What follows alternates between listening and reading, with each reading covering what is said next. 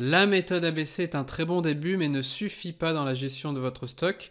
Et donc dans cette vidéo, nous allons parler de l'analyse ABC XYZ et je vais vous expliquer avec des exemples pourquoi elle est fondamentale dans l'optimisation de votre stock.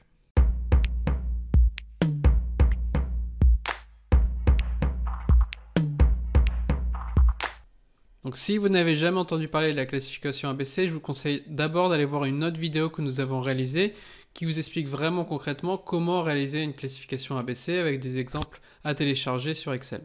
Donc pour revenir sur les grands principes, en tout cas, une classification ABC, en gros c'est quoi? Vous allez classer vos produits, vous avez le pourcentage de vos produits, vous avez les ventes en valeur généralement, et donc en gros à la fin vous allez avoir quelque chose comme 5% de vos articles qui vont représenter 40% de vos ventes, 20% de vos articles qui vont représenter 80%, et le reste avec 80% de référence qui va représenter 20% de vos ventes. Et donc l'intérêt de cette classification ABC, c'est vraiment de concentrer son temps et son énergie sur les produits qui représentent le plus de ventes, mais aussi le plus de stock pour votre entreprise. Donc la classification ABC est un très bon début, mais on va retrouver souvent dans les entreprises deux erreurs classiques. La première, mon code est une forte vente, donc je vais mettre une grande couverture de stock pour être sûr de ne louper aucune vente. Et la deuxième, c'est l'inverse, c'est comme c'est une forte vente, je considère que mes ventes sont très stables et donc je vais mettre une couverture de stock qui est très faible.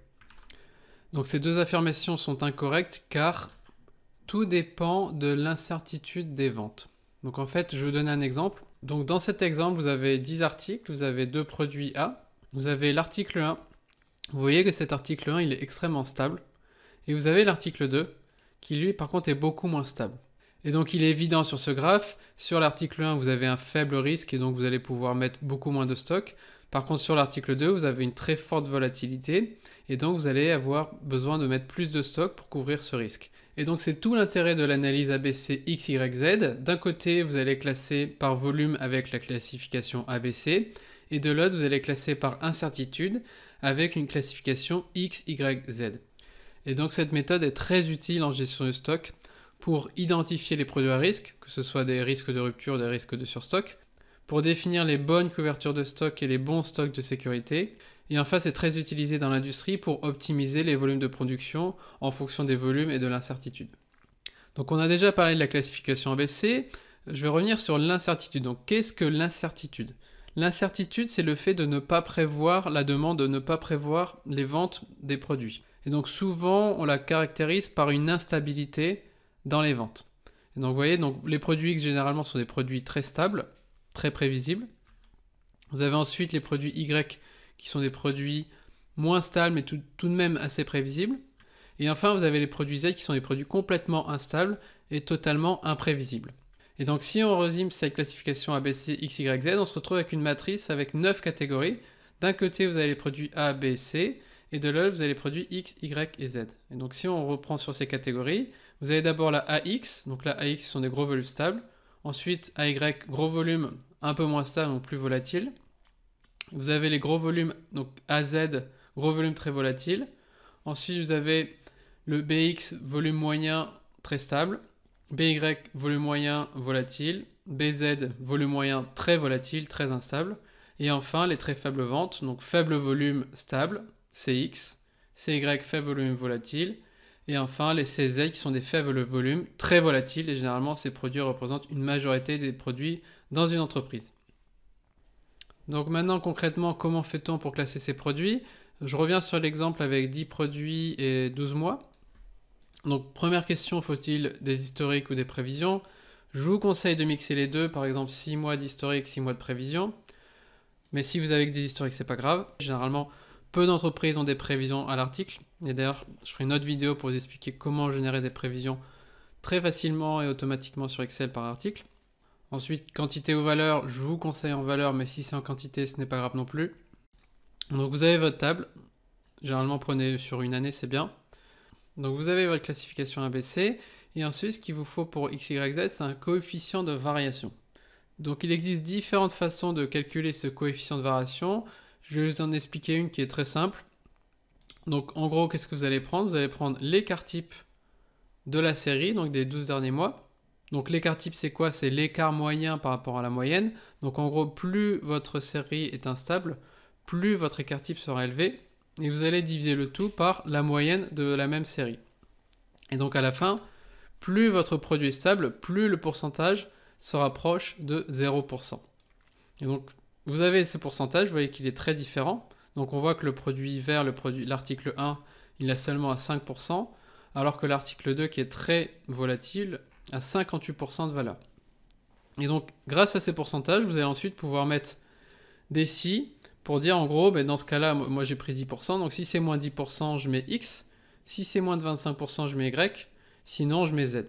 Donc on se retrouve avec cette formule en automatique qui va vous permettre de classifier vos produits sur X, Y, Z, et vous avez votre ABC, donc à la fin, vous savez quels sont les produits AX, AZ, etc., etc. Dans le cas des deux produits, on voit bien que l'article 1, qui est très stable, est un produit AX, donc un produit très stable, alors que l'article 2 est très instable, donc c'est un produit AZ. Donc ensuite, comment utiliser cette classification en gestion de stock? Donc je vous ai fait un petit résumé. En gros, si vos produits sont A ou B, X, donc ils sont très stables, vous n'avez pas besoin de beaucoup de stock, vous avez besoin d'une faible couverture de stock, car le risque de rupture est faible. Si vos produits sont A, B, Y, vous pouvez prendre une couverture de stock moyenne, car le risque est maîtrisé. Donc si vos produits sont A et B mais Z, donc très incertains avec des gros volumes, là vous allez avoir besoin d'une plus grosse couverture de stock, en tout cas si le coût du stock n'est pas trop élevé, car le risque de rupture, en tout cas de louper une vente, est très élevé. Enfin, vous avez les faibles ventes. Et les faibles ventes, par définition, il ne faut pas beaucoup de stock. Le risque est faible sur les CX, mais généralement ces produits sont très rares, parce que quand vous avez des faibles ventes, généralement les ventes sont très incertaines. Ensuite, vous avez les produits CY, donc faible stock, risque maîtrisé, donc petite couverture de stock encore. Et enfin, les derniers qui représentent la majorité des produits généralement, ce sont les produits CZ. Donc là, vous avez un gros risque de surstock, donc surtout ne mettez pas beaucoup de stock sur ces produits ou n'en mettez pas du tout. Et enfin, vous avez la catégorie CZ qui représente généralement la majorité de vos références. Donc sur ces produits, vous avez des très gros risques de surstock. D'ailleurs, ce sont sur ces produits vous avez la majorité des erreurs de gestion de stock. Et donc ce que je vous conseille, c'est d'avoir une couverture extrêmement faible, voire ne pas avoir de stock du tout, et d'en avoir ces produits uniquement disponibles sur commande. Donc pour résumer en termes de couverture, c'est un exemple fictif. Voilà ce que je ferai. Donc vous voyez, donc, grosse couverture sur des fortes ventes avec une grosse incertitude, pour être sûr de ne pas louper des ventes. Je peux optimiser et réduire mon stock sur mes produits avec une faible incertitude, ce qui va me permettre de gagner considérablement en trésorerie. Et enfin, sur les faibles ventes, même si j'ai une grosse incertitude, je ne vous conseille pas d'avoir beaucoup de stock car ce sont des faibles ventes et donc elles vont plus vous générer de stock que de ventes perdues. Voilà, donc j'espère que vous avez bien compris l'importance d'utiliser une classification XYZ dans votre gestion de stock. Pour ceux qui veulent aller plus loin, je vous ai préparé un autre exemple avec près de 2000 articles sur 52 semaines. Dans cet exemple, je vous montrerai déjà comment refaire une classification ABC de manière complètement automatique, avec des liens automatiques. Ensuite, je reviendrai sur le coefficient de variation et aussi comment bien déterminer les variables pour déterminer X, Y, Z. Comment aussi avoir un rapport automatique qui vous montre le nombre de produits. Donc vous voyez, quand je change cette valeur-là, vous avez votre nombre de produits qui change. Je vous montrerai comment mettre à jour automatiquement vos couvertures de stock en fonction de votre classification article avec des formules. Et enfin, je vous parlerai d'une méthode alternative pour calculer l'incertitude si vous voulez aller vraiment plus loin dans votre classification XYZ. Donc pour ceux qui veulent télécharger l'Excel et aller plus loin, vous avez le lien dans la description et on se retrouve pour une prochaine vidéo. À très vite!